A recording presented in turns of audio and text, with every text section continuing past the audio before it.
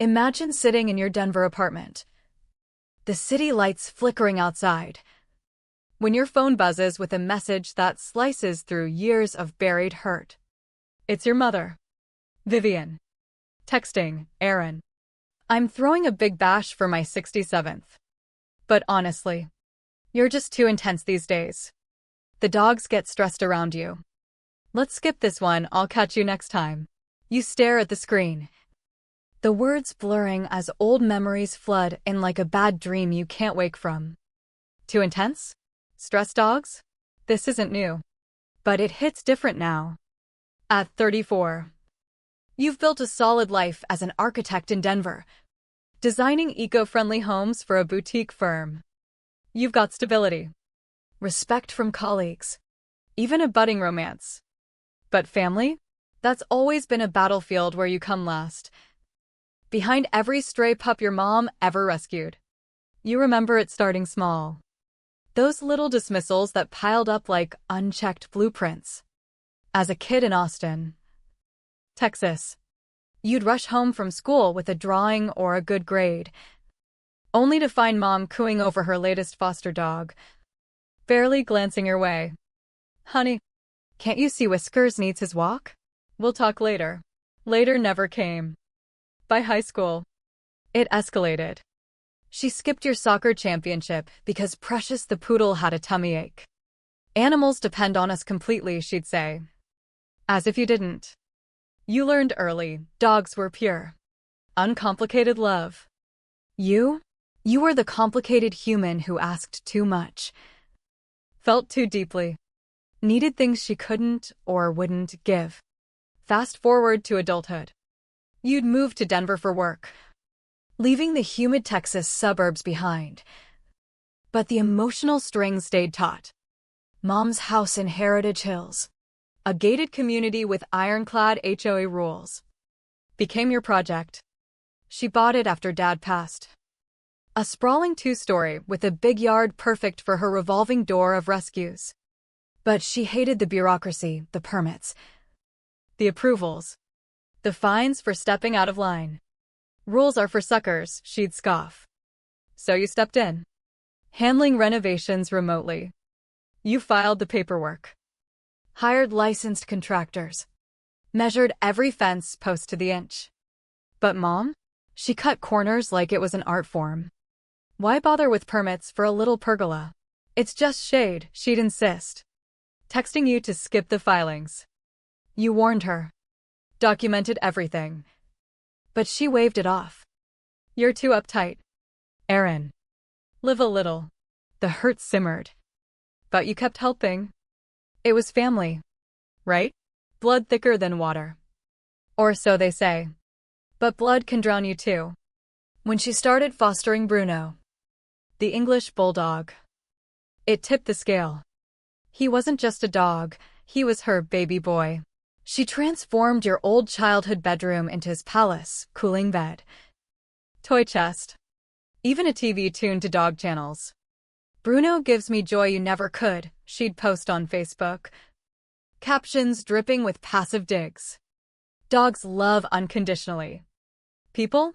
They exhaust you. And then the birthday snub. Uninvited because you stressed the dogs. That was the spark that ignited the fuse you'd been laying for years without realizing it. You didn't cry. You didn't rage. Instead, you got strategic. Like reviewing a flawed design and deciding to tear it down. Pulling out your laptop that night. You sifted through the mom's house folder, permits, emails, photos, receipts. There it was, the pergola she built without approval. Over 60 square feet. A clear violation. The second-floor bathroom window installed by her unlicensed handyman buddy to save bucks. The concrete path that jutted 18 inches into the communal green space. The fence tweaks you got retroactive okay for. But only after fudging dates at her insistence. Each one a deliberate sidestep. Her texts mocking the HA Nazis as she told you to delete evidence. You hadn't. Attention to detail was your strength. The thing she called weakness. Hesitation crept in as you opened the HOA website in incognito mode. The anonymous complaint form glowed on screen. This would shatter everything: fines, investigations, maybe even force a sale. But then another Facebook notification: Mom's album. Bruno's birthday extravaganza. 27 photos of the bulldog in hats, with cakes. In your old room now dubbed Bruno's Palace. No humans allowed. Comments from her friends: dogs are better than people. Your finger trembled. But the hurt one. You typed, as a concerned resident: I'm reporting multiple unpermitted modifications at 2847 Oak Ridge Drive. Attached are photos and documents showing years of deliberate violations. You uploaded it all, the images timestamped. Emails showing intent. Estimates of fines starting at $5,000 per infraction. Tripling for willfulness. Hitting send felt like dropping a match into dry tinder. The confirmation popped up: complaint received. Investigation within 30 days. You poured a glass of wine, imagining the fallout. Heritage Hills had a new HOA president, Colonel Davidson. A no-nonsense retired vet who enforced rules like gospel. No more leniency from the old board mom had schmoozed. This wasn't petty revenge, it was consequences catching up. The natural fallout of her choices. She'd always preached smart people work around rules, but now those rules would bite back. Weeks ticked by intense quiet. You threw yourself into work, sketching sustainable homes that followed every code to the letter. Mom's Facebook stayed oblivious: Bruno at the park. Bruno trying treats. No hint of the storm brewing. Then, on a Tuesday afternoon, your phone erupted. 13 missed calls. Voicemails escalating from confused to furious. Aaron. Call me. The HOA's here measuring everything. It's a mistake. You handled this stuff. Then. How dare you ignore me after all I've done? Finally. Desperate. They're saying $45,000 in fines. I need you. You waited till morning. Texting. Busy with meetings. Maybe Bruno can sort it. Her reply exploded. Not funny. Come fix this. When you answered her next call, her voice was venom. You know HOAs, you need to handle it. You stayed calm. The dam finally breaking. I thought my visits stressed you out.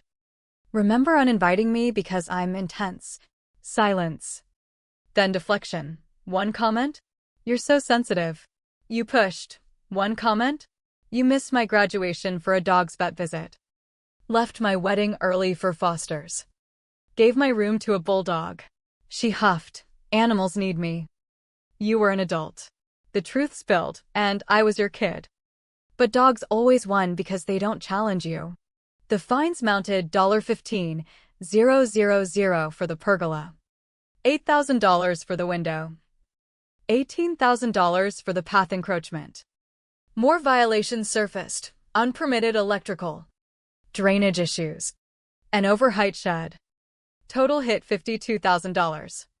She tried lawyers, charms, petitions, but her history of snitching on neighbors for minor stuff backfired. No sympathy. Bruno posts vanished. She rehomed him. The palace dismantled. The house went up for sale. Priced low. Photos showing your old room stripped bare. It sold quick. Proceeds swallowed by penalties and demolitions.